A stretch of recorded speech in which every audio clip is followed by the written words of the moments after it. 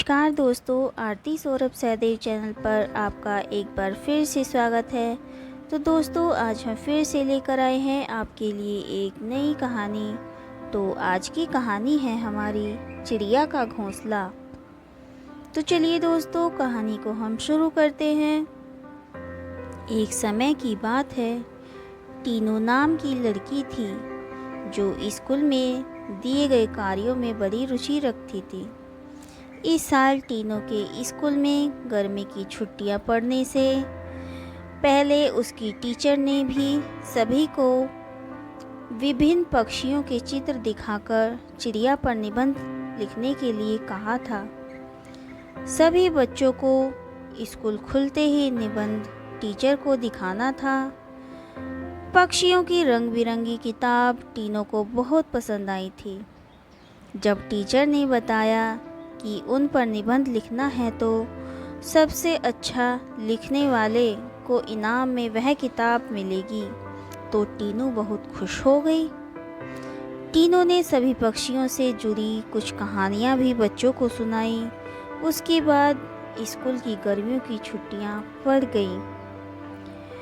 यूँ तो टीनू हर साल अपनी गर्मी की छुट्टियाँ बिताने के लिए कहीं ना कहीं जाती थी, लेकिन इस साल की छुट्टियों में टीनू रोज़ पास के ही एक बगीचे में जाकर पक्षियों की ओर उनके घोंसले देखने लगी।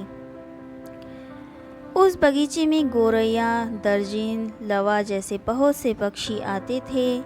टीनू बगीचे में आने वाले हर चिड़िया को पहचानने की कोशिश करती और उन्हें गौर से देखती रहती।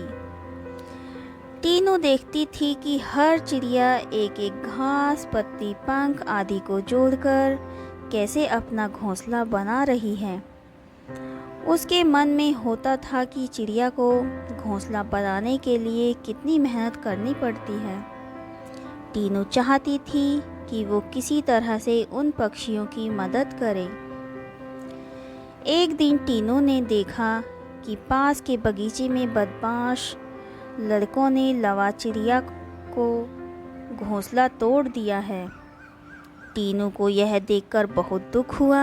उसने सोचा कि क्यों ना मैं उनके लिए खुद एक दो घोंसले बना दूं, शायद ये इसका इस्तेमाल कर लेंगी।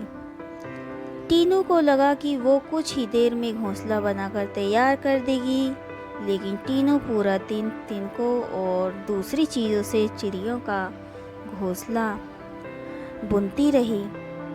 बड़ी मुश्किल से जब घोंसला तैयार हुआ तो घोंसले को पेड़ पर टिकाने के लिए कुछ नहीं मिला। टीनू की माँ यह सब देख रही थी। तभी टीनू ने माँ को बताया, देखिए ना, मैंने चिड़िया के लिए एक घोंसला बनाया है, मगर यह इतना सुंदर नहीं है जितना चिड़िया बनाती है। मैंने सोचा था कि आसानी से एक सुंदर घोंसला बन जाएगा, लेकिन ऐसा कुछ नहीं हुआ। यह घोंसला अंदर से काफ़ी कठोर बन गया है। क्या आप इसे मुलायम कर देंगी? किसी तरह से टीनू की माँ ने उस घोंसले को थोड़ा ठीक किया। उसके बाद टीनू ने उस घोंसले को धागे की मदद से पेड़ पर टिका दिया। अब बगीचे में बैठकर टीनू लवा पक्षी के आने का इंतज़ार करने लगी। वो पक्षी बगीचे में आए तो, लेकिन टीनू द्वारा बनाया गया घोंसला उन्होंने इस्तेमाल नहीं किया। टीनू के साथ उसकी माँ भी बगीचे में आई थी। उसने टीनू को उदास देखकर, तुम परेशान मत होना, अभी चिड़िया घोंसले पर आ जाएगी। तभी एक लवा पक्षी ने आकर टीनू द्वारा बनाए गए घोंसले को तोड़ दिया। जब टीनू ने मुंह लटका लिया, तब उसे उसकी माँ ने समझाया कि तुम्हें दुखी नहीं होना चाहिए। देखो, तुम्हारे द्वारा इस्तेमाल गई चीज़ों से ही लवा पक्षी अपने लिए घोंसला बना रहे हैं। हो सकता है कि उन्हें दूसरों का बनाया हुआ घोंसला पसंद नहीं आता हो, दुखी मन से टीनू ने कहा, माँ, मैं अपने स्कूल के निबंध में यह सब कुछ लिखूंगी। कुछ देर बाद टीनू ने कहा, माँ, आपने देखा कि लवा पक्षी अपना घर झाड़ियों में बना रहे हैं? जवाब में टीनू की माँ बोली, हाँ बेटा, मैंने सुना था कि लवा पक्षी अपना घोंसला किसी के घर के रोशनदान या पेड़ पर ही बनाते हैं। आज नई बात पता चली है। कुछ और दिनों बाद टीनू ने लवा पक्षियों के बारे में एक और बात जानी कि वो सीधे उड़कर अपने घोंसले में नहीं जाते। घोंसले से कुछ दूर ठहरकर इधर उधर कूदते हुए वो अपने घोंसले तक पहुंचते हैं ताकि किसी को उनके घोंसले का पता ना चले। थोड़े ही दिनों में स्कूल की गर्मियों की छुट्टियां खत्म हो गईं। टीनू ने स्कूल जाकर लवा पक्षी के बारे में लिखा और निबंध प्रतियोगिता जीत ली। इनाम में मनपसंद चिड़ियाओं वाली किताब मिलने पर टीनू खुश हो गई।